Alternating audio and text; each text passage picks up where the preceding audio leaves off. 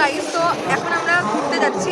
আমরা বলতে আমরা 3 বন্ধু আর আমাদের 3 জনের মা আছে। তো আমরা হাওড়া এসে গেছি। তো ব্লগটা আমি এখন থেকেই স্টার্ট করেছি। আগে এতটা মানে শুরু তো, তাই জন্য আগেরগুলো কোনো ফুটেজ নেওয়া নেই। তো দেখাই তোমাদেরকে যে এখন কে কে আছে। হ্যালো, পরিচয় করবো নিজের? হ্যাঁ, I am Sneha. Myself Suchita and myself Sourava. আমাদের মারাও আছে, কিন্তু মারা এখন খাবার দাবার কিছু কিনতে গেছে। তো ওরা আসুক, তারপরে এখানে বোর্ডে ট্রেনের নাম দিয়ে দিয়েছে, তো আমরা এই যে তো হাওড়া স্টেশনে 3 জনের ভিডিও নেওয়া হয়নি, তো এখন ট্রেনে উঠে নিচ্ছি। এটা হচ্ছে সৃজিতার মা, উল্টো দিকে সৃজিতা বসে আছে। এটা হচ্ছে আমার মা।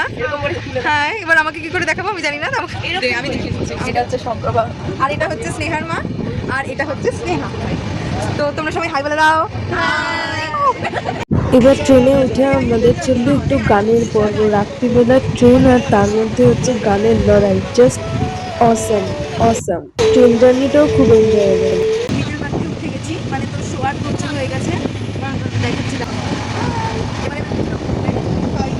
আন্টি হাই বলো। মা, ওই যে মা কই গেল, ওই যে আমার মা। আরে এই যে আমি আর আন্টি নিচে। ও আন্টি কই তুমি? হাই।